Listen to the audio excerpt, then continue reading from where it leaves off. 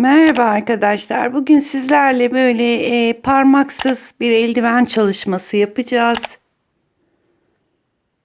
Şöyle bir giyeyim. Ben tek tarafını ördüm. Diğer tarafını da birlikte öreceğiz.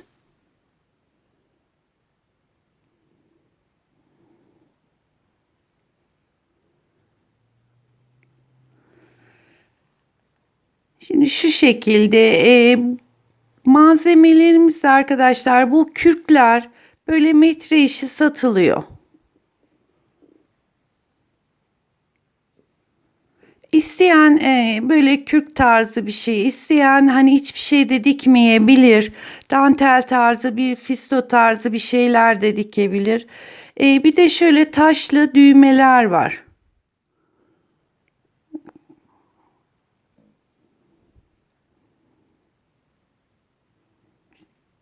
Şöyle yani istediğiniz şekilde de süslemeler yapabilirsiniz. Ben taşı tercih ettim. Bu tür tarz düğmeler çok yakıştı. Bakın şuraya diktim onları. Şimdi ipimiz Etrofilin kaşmir ipi.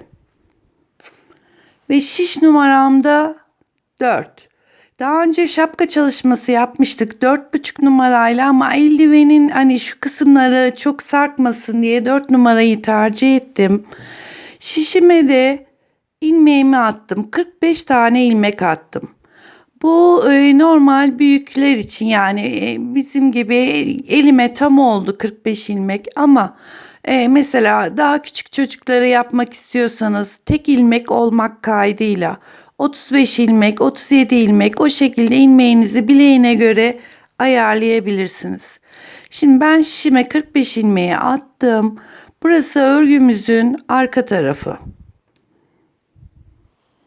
Arka tarafında bütün ilmeklerimizi öreceğiz. İlk ilmeğimi düz ördüm. Yanındakini ters örüyorum.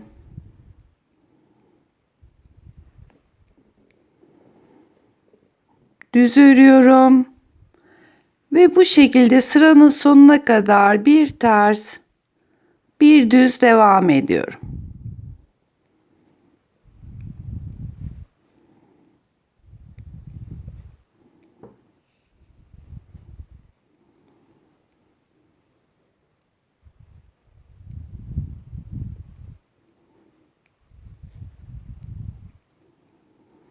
Dediğim gibi bunda sayıları tamamen bilek ölçüsüne göre ayarlayacaksınız. Yani bana çok soru geliyor, şu yaşa kaç ilmek yapayım, bu yaşa kaç ilmek yapayım diye. Böyle bir ilmek atıp bileğine ölçebilirsiniz arkadaşlar. Yani çünkü ilmek sayısı örgüye göre çok değişiyor. Ama 4 numarayla büyükler için bu ilmek sayısı tam oldu. Şimdi bir ters bir düz devam edelim.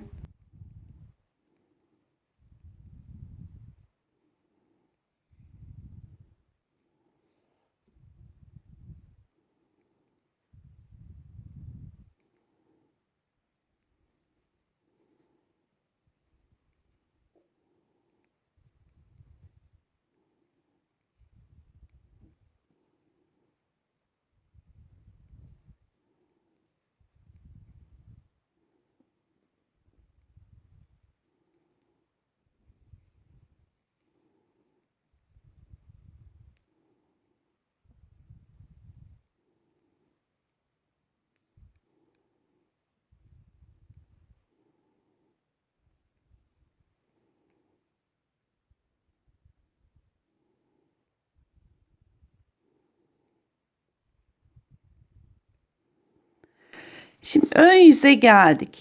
Ön yüzde bu lastik çalışmasını daha önce birçok çalışmada kullandık. O lastikten yapacağız. Şimdi ilk ilmeğimi boşaldım. İkinci ilmeğim düz. Düz ilmeğimi de örmeden şişime geçiriyorum. İpi çeviriyorum. Ters ilmeklerimi örüyorum. İpi tekrar ön yüze aldım. Düz ilmeğimi örmeden şişe geçirdim. Ters ilmekleri örüyorum. Bu sırada düz ilmeklerimizi örmeyeceğiz. Şişime boş olarak geçirdim. İpi çeviriyorum ve ters ilmeğimi örüyorum. Düzü ilmeği boş geçirdim. Ters ilmeğimi örüyorum. Bu sırada düz ilmekleri örmeden sadece ters ilmekleri örerek sıranın sonuna kadar devam ediyoruz.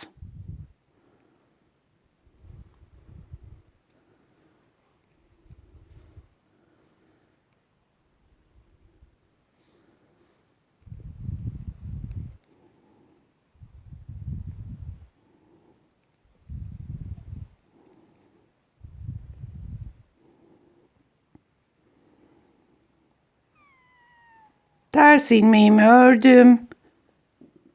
Düz ilmeği örmeden şişe geçirdim ve son ilmeğim ters, onu örüyorum. Şimdi arka tarafa geldik. Örgümüzün arka tarafında bütün ilmeklerimizi öreceğiz. Şuradaki boş aldığımız ilmek, yani bu sırada ön yüzde düz örmüştük, bu sırada ters öreceğiz. İlk ilmeğimi yine boş aldım. Bakın şu boş aldığımız ilmek. Onu şuradan giriyorum. Ters olarak örüyorum. İpi çeviriyorum. Düzlerimi normal örüyorum. İpi tekrar geri çevirdim. Ters ilmeklerimizi şöyle arkadan girerek örüyorum. Arka tarafta bütün ilmeklerimizi örüyoruz. Bir ters, bir düz olarak. Sadece şu tersleri örerken şuradan alıyorum.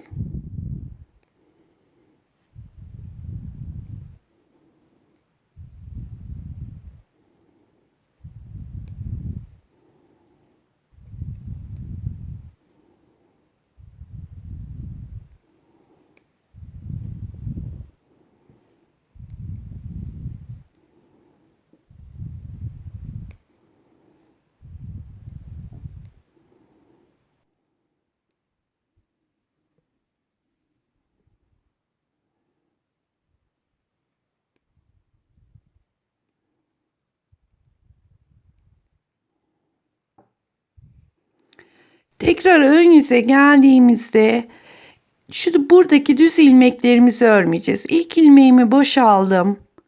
İkinci ilmeğim düz. Örmeden şişime geçiriyorum. İpi arkaya çevirdim ve ters ilmeğimi örüyorum.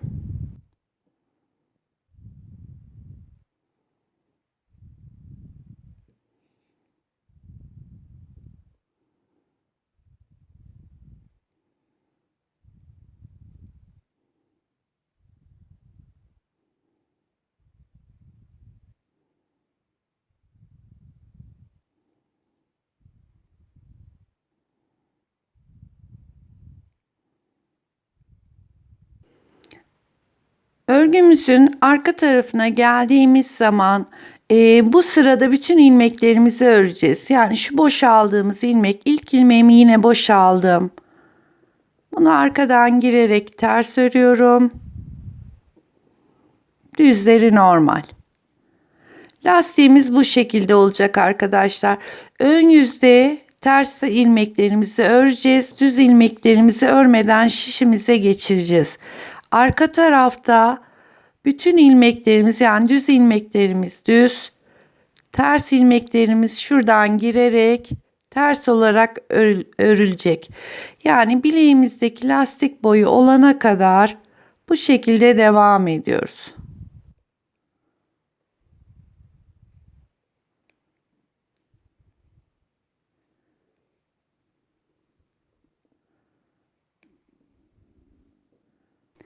Eldivenin lastik kısmını bitirdim. Şöyle santim olarak da vereyim. 6 santim eldivenin lastik kısmı. Bakın lastiğimiz de bu şekilde. Ön yüzümüz böyle. Arka tarafı da böyle.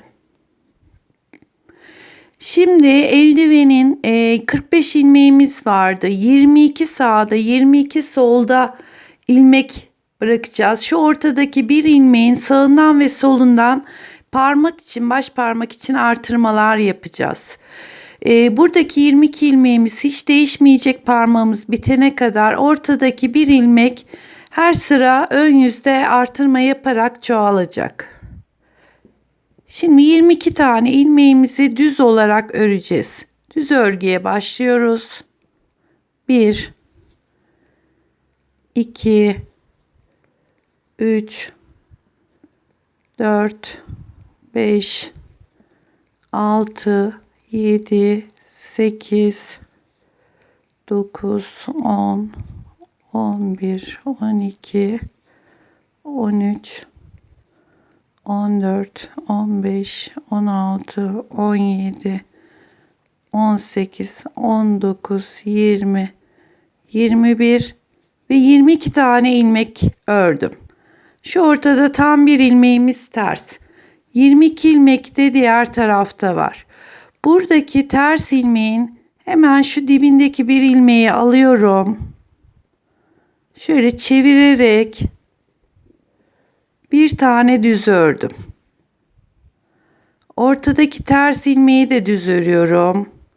Ve onun hemen yanındaki ilmek aradan bir tane daha ilmek alıyorum.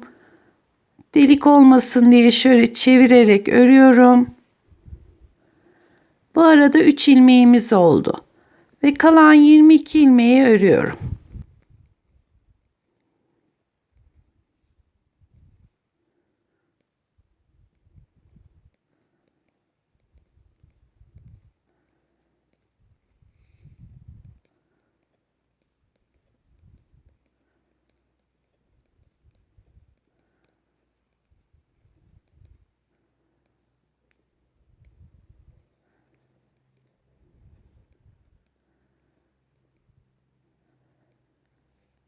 Örgünün arka tarafında artık bütün sıralar ilmeklerimizin hepsi ters olarak örülecek. Yani bu kısımda arka tarafında hiçbir işlem yapmayacağız. Bütün ilmeklerimizi ters örgü olarak öreceğiz.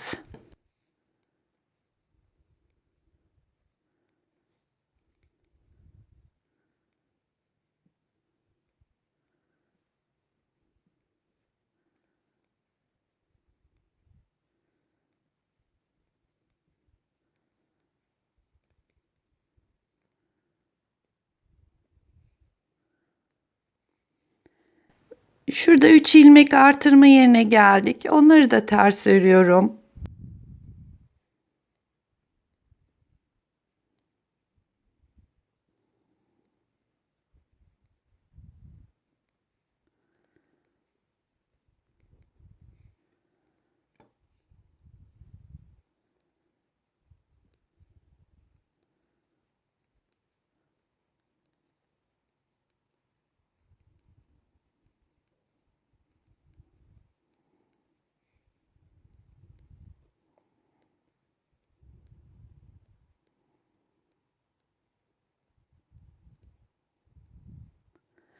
Şimdi ön yüze geldik. Yine bu 22 ilmeğimiz sabit olarak düz örgü örüyoruz. 2 4 5 6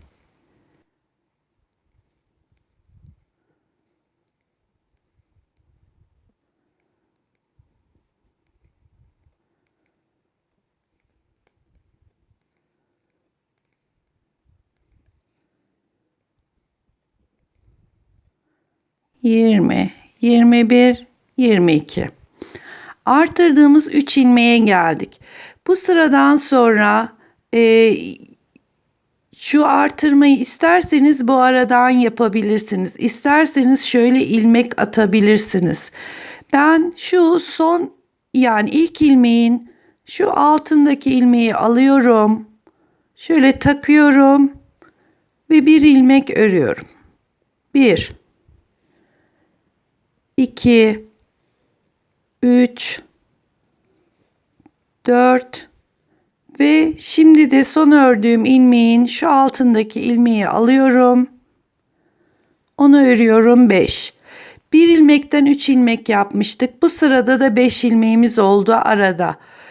Diğer tarafta 22 ilmeğimiz var. Dediğim gibi sağda soldaki ilmekler değişmeyecek. Ortadaki bir ilmeğimiz her sıra kendine sağından ve solundan artırarak sayılarımız çoğalacak.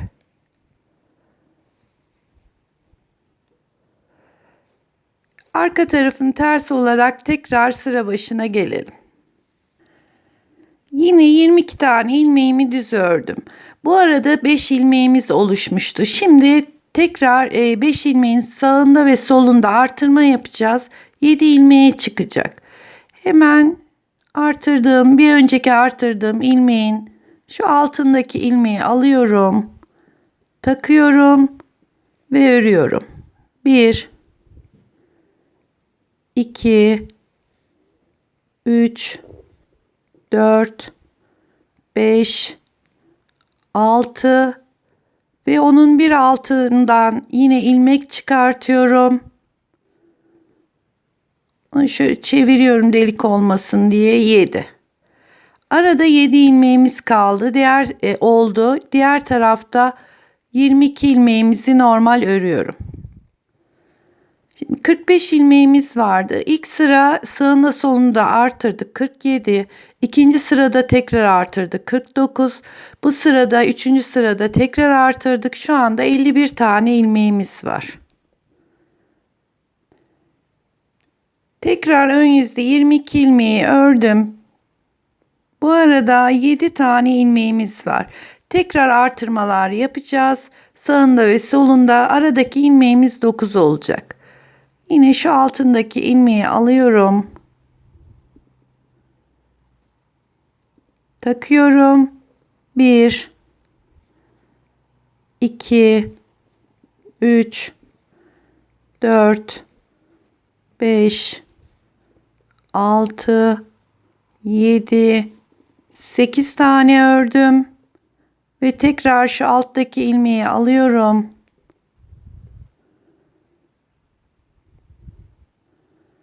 Ve şöyle buradaki aldığım ilmeği, bakın şu aldığım ilmeği şöyle çevirerek örüyorum ki bu arada delik olmasın. Bu da 9. ilmeğim. Şu anda arada 9 tane ilmeğimiz oldu. Yani sağda 22, solda 22, aradaki ilmeğimiz 9. Her ön yüzde böyle artırarak bu aradaki ilmek sayımız 17'ye çıkana kadar devam edeceğiz. Bu arada 17 ilmeğim oldu. Sağda 22, solda 22, 17 de ortada, toplamda 61 tane ilmeğim var. Şimdi yine 22 ilmeği ördüm. Bu sırada artık şu parmağı 17 ilmeğe ayıracağız. Baş parmağımızı yapacağız. Artırma yapmıyoruz. 22 tane ilmeği düz ördüm. Şimdi 1 2 3 4 5 6 7 8 9 10 11 12 13 14 15 16 ve 17. Sol tarafta 22 ilmeğimiz kaldı. Hiç o tarafa geçmiyoruz. Artık sadece buradaki 17 ilmeğimizi öreceğiz.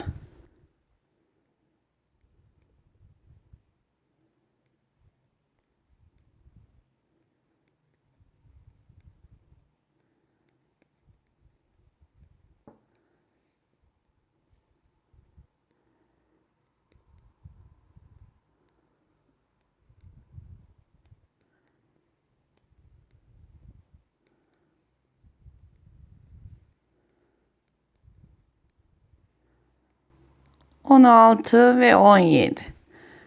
Diğer 22 ilmeğe yine geçmiyoruz. Geri dönüyoruz.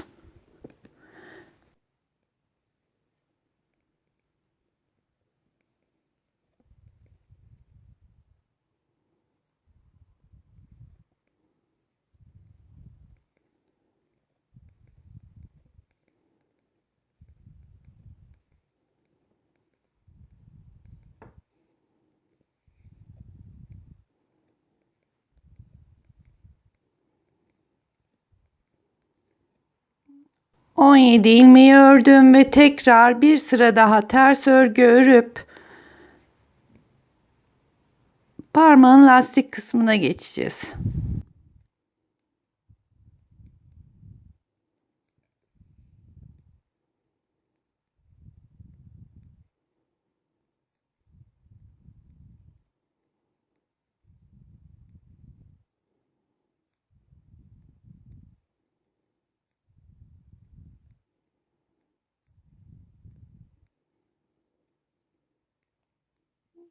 Dört sıra düz örgü yaptık. Şimdi bir ters bir düz parmağımızın uç kısmındaki lastiği yapalım. Tersle başlıyorum. İpi çeviriyorum. Düz ilmeği örmeden aldım.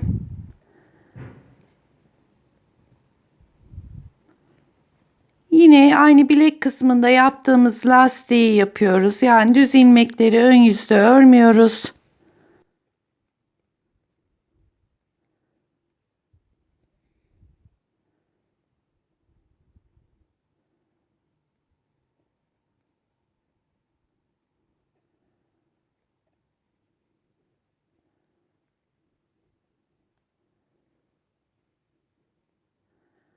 Arka tarafında bütün ilmeklerimizi öreceğiz. Buradaki ilmeğimizi arkadan alıyorum.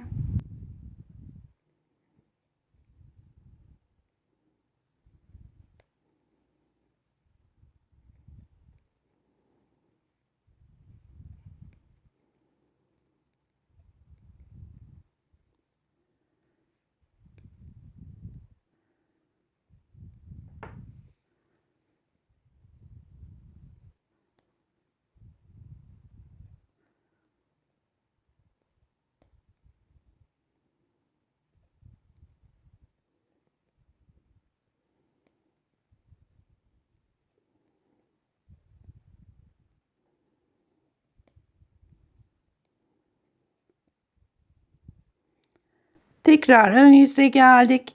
Birkaç sıra aynı işlemi tekrar edeceğiz. Yani ön yüzde düz ilmeklerimizi almadan birkaç sıra böyle lastik, daha doğrusu bir kere daha gidip gelmemiz yeterlidir. Yine ön yüzde düz ilmekleri örmeden alıyorum.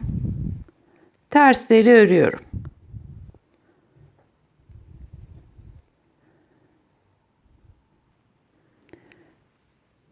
Buradaki lastik kısmını 6 sıra ördüm arkadaşlar. 4 sıra kısa gibi geldi. 6 sıra lastik ördüm.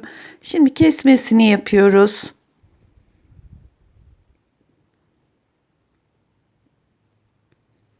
Birinci ilmeğin içinden geçirdim. Tersimi ters örüyorum. İlk ilmeğin içinden geçiriyorum.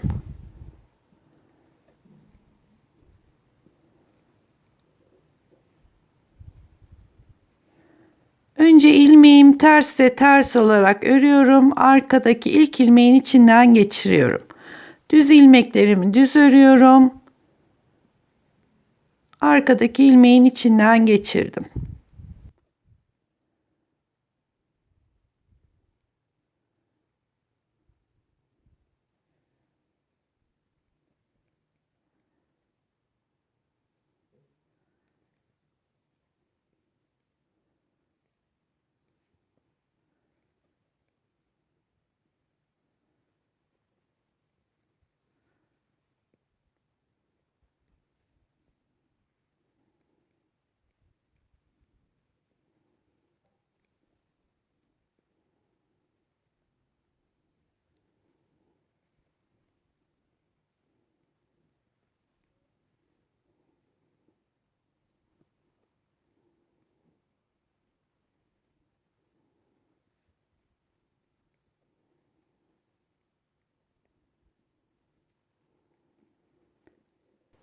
Bu da son ilmeğimi kesiyorum ve parmak kısmımız bitmiş oldu.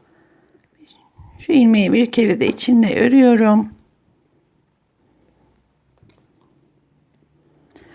Burada biraz parmağı dikecek kadar ip bırakıp öyle keselim arkadaşlar. Yani şurada kesme payımız olsun, dikme payımız olsun. Bakın parmağımız çıktı.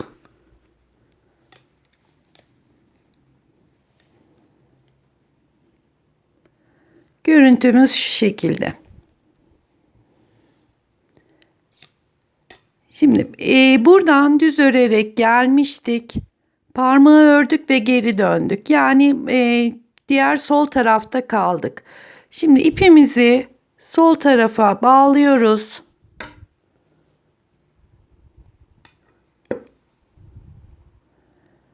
Ben önce ilk ilmeği öreyim.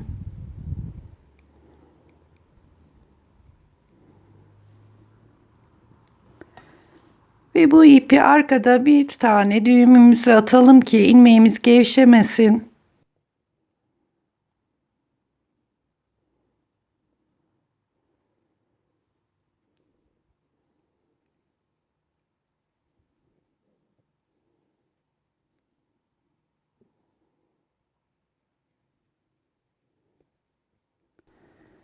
Ve devam edelim.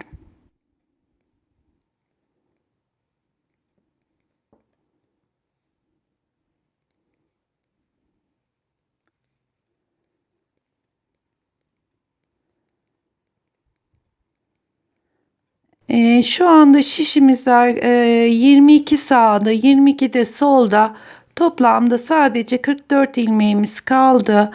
Bu 44 ilmeğimizi eldiven boyumuz olana kadar sanırım bir 20-22 sıra yeterli olacaktır. Düz örgü olarak devam edeceğiz. Şurada bir birleştirmesini göstereyim.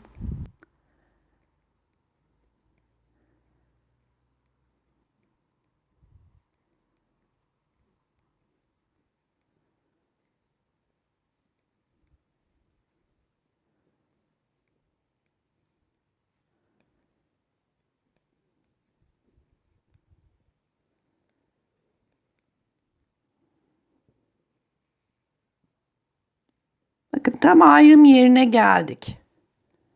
Şuradaki ipimizi çekelim. Önce ters ördüğüm için önce şuradaki ilmeği örüyorum. Daha sonra buradaki ilmeği örerek burada bir çapraz geçişlik sağlıyorum. Bakın önce sol taraftaki ilmeği ördüm. Sonra sağdaki ilmeği örüyorum ve ikisini de çıkarıyorum. Ve devam ediyorum. Artık eldivenimiz birleşmiş oldu. Dediğim gibi bundan sonra ön tarafta düz örgü, arka tarafta ters örgü olarak bir 20-22 sıra kadar bu şekilde devam edelim.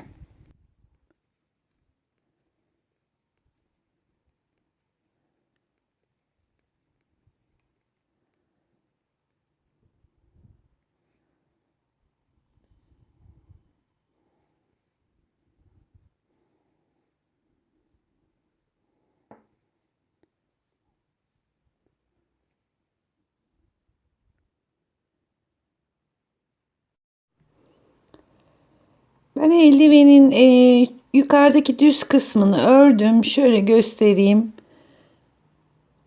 17 santim oldu. Eğer bunu şöyle şuralara kadar örmek istiyorsanız 20-22 sıra öreceksiniz. Ben şu kısma kürk taktığım için, yani eğer kürk takmayacaksanız 20-22 sıra, son 1-2 sırasını lastik yapabilirsiniz. Yani şunun gibi 3-4 sırasını lastik yapabilirsiniz. Ben şimdi 16 sıra ördüm. 17. sıradayım. Keseceğim. Dediğim gibi eğer uç kısmına bir şey yapmayacaksanız 3-4 sırada lastik yapıp bitirebilirsiniz. Şimdi artık yeterli uzunluğa geldi. Kesmemi yapıyorum.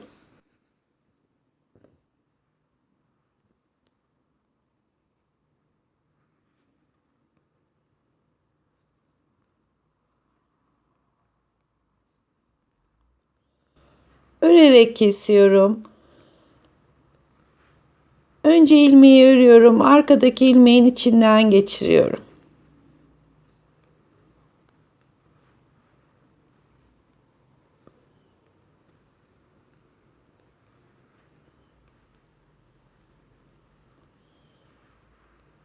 Bu şekilde bütün ilmeklerimizin kesmesini bitirelim.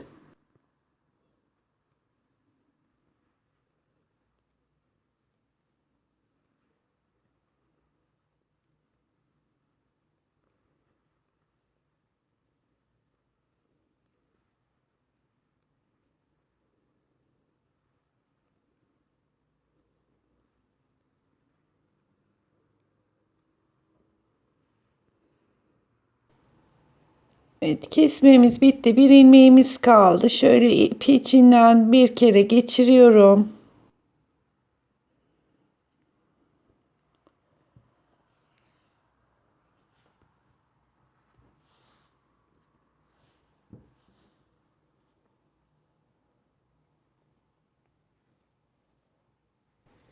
Şu ipimi de çektim.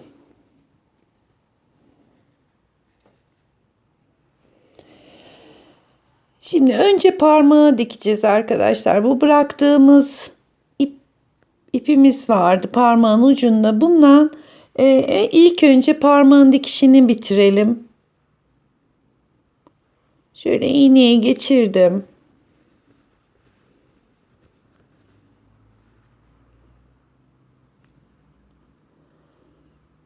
Hemen sondaki ilmeğin içine girdim. Ve bu kısmı bir kere daha aynı şekilde giriyorum.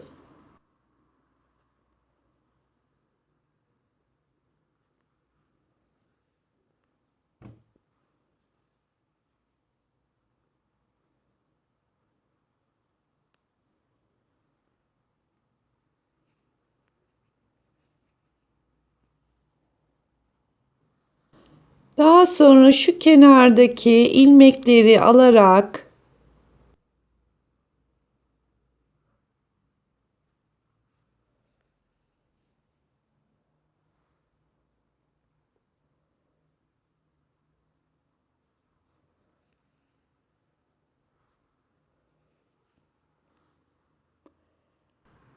parmağın dikişini bitireceğiz arkadaşlar önce.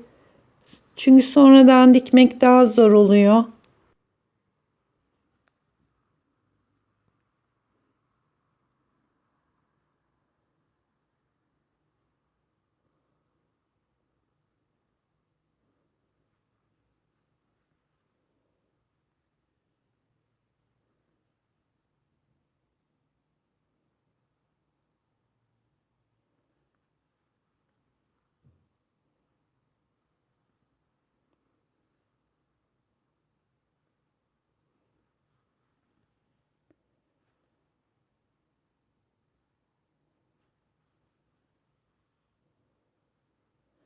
Şimdi şu arada bir açıklık kalıyor. Bunu şurayı kapatacak şekilde, yani ilmekleri şöyle alarak bu delik kısmını kapatıyorum.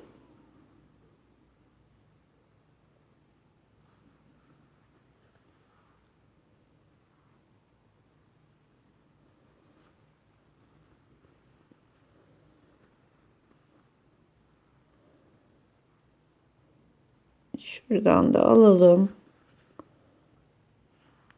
Burada dikerken şöyle ilmeklerin yönüne doğru dikerseniz belli olmayacaktır. Ve bunu da arkaya geçiriyorum.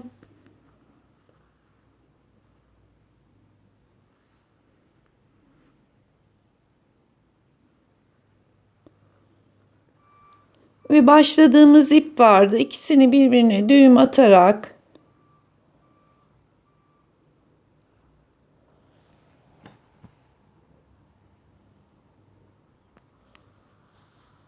parmağımızın dikişini bitirmiş olduk.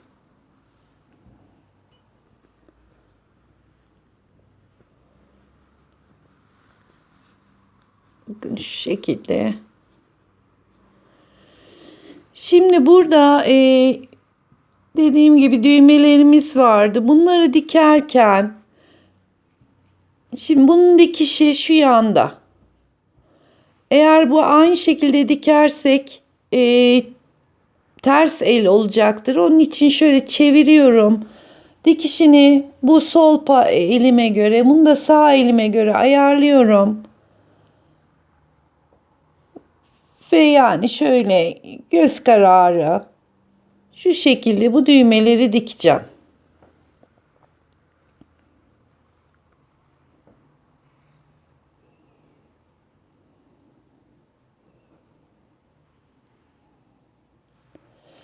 Bunu önce dikiyorum ki şu eldivenimiz açıkken daha rahat dikilecektir. Şöyle şuraya dikeceğim.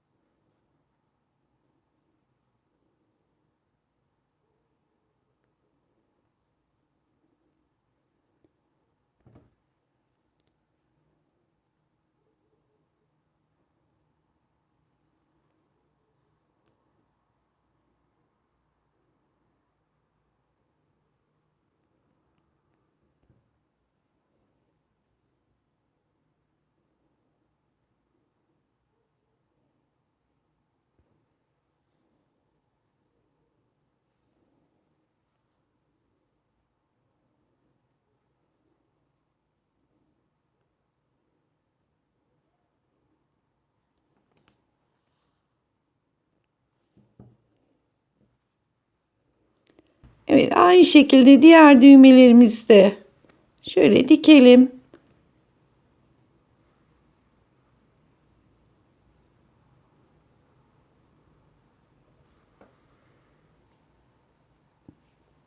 Düğmeleri şu şekilde diktim. Şimdi eldivenimizin yanlarının dikişini yapalım.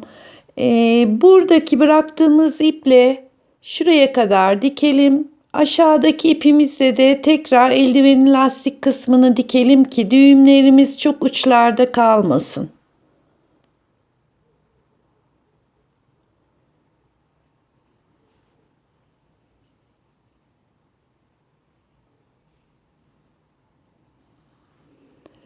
Yine aynı parmağı diktiğimiz gibi şu sondaki ilmeğin içine girdim.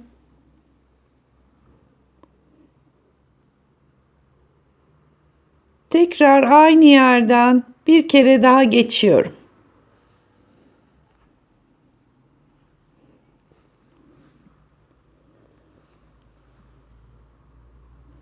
Şimdi şu kenardaki ilmeklerin arasında şöyle ilmeklerimiz var. Böyle birebir dikişini yapacağız.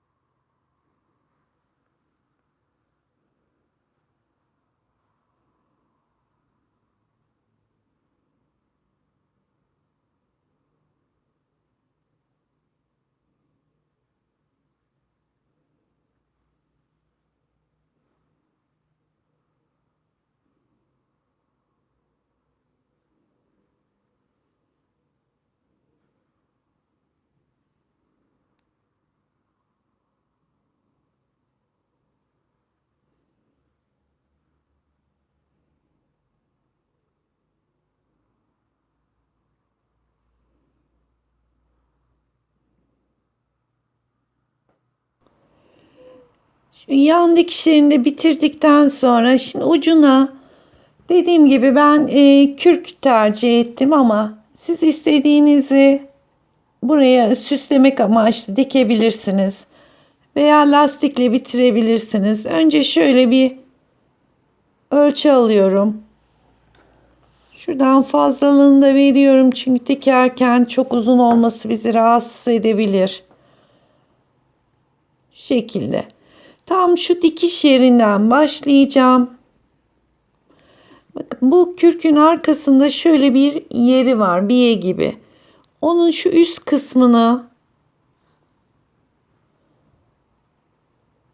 şu hizaya getiriyorum.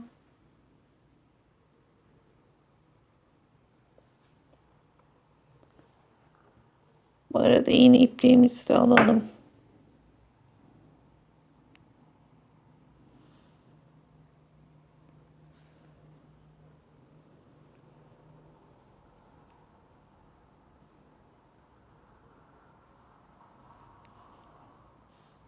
Önce ipimizi şuraya bir sabitleyelim arkadaşlar.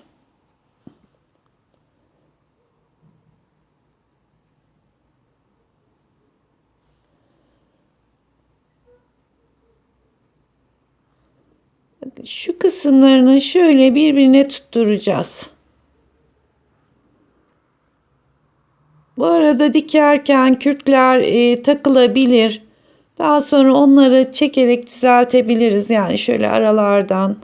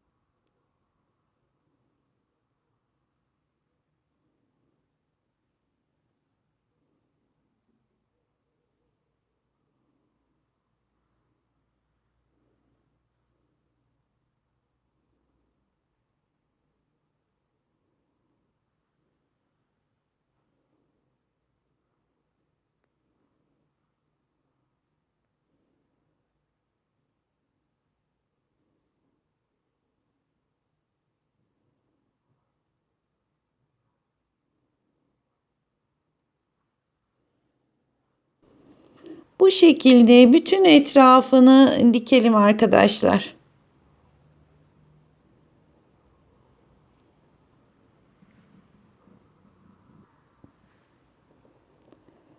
Şimdi şurada sonuna kadar geldim. Şu fazlalığı da şunun üstüne denk getirerek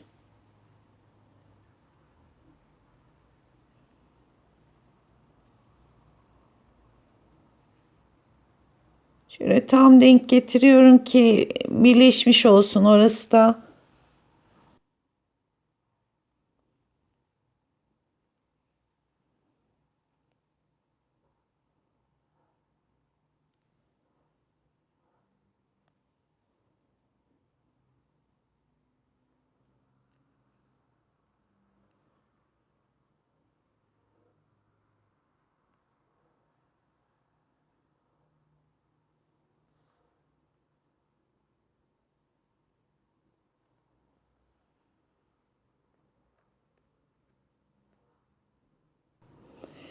Şimdi hiç ipimi koparmadan biraz aşağıya iniyorum.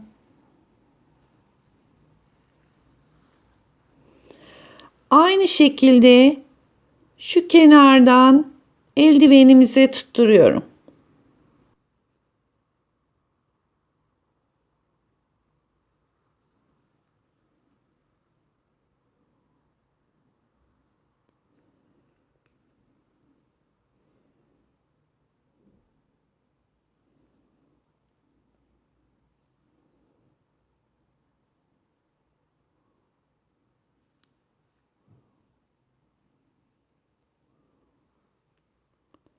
Şurada ipimde bir düğüm var. İnşallah içeri kalacak arkadaşlar.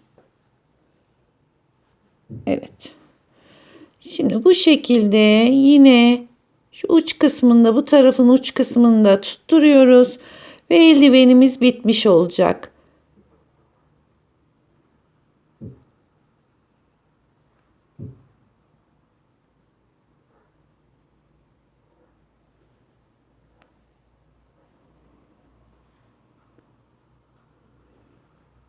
Bakın şu şekilde.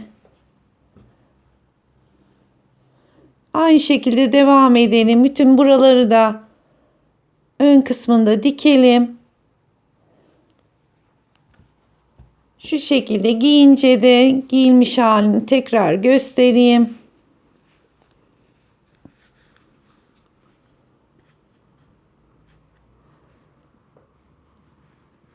Ve böylece eldivenimiz tamamlanmış olacak. Yapacak arkadaşlara kolay gelsin.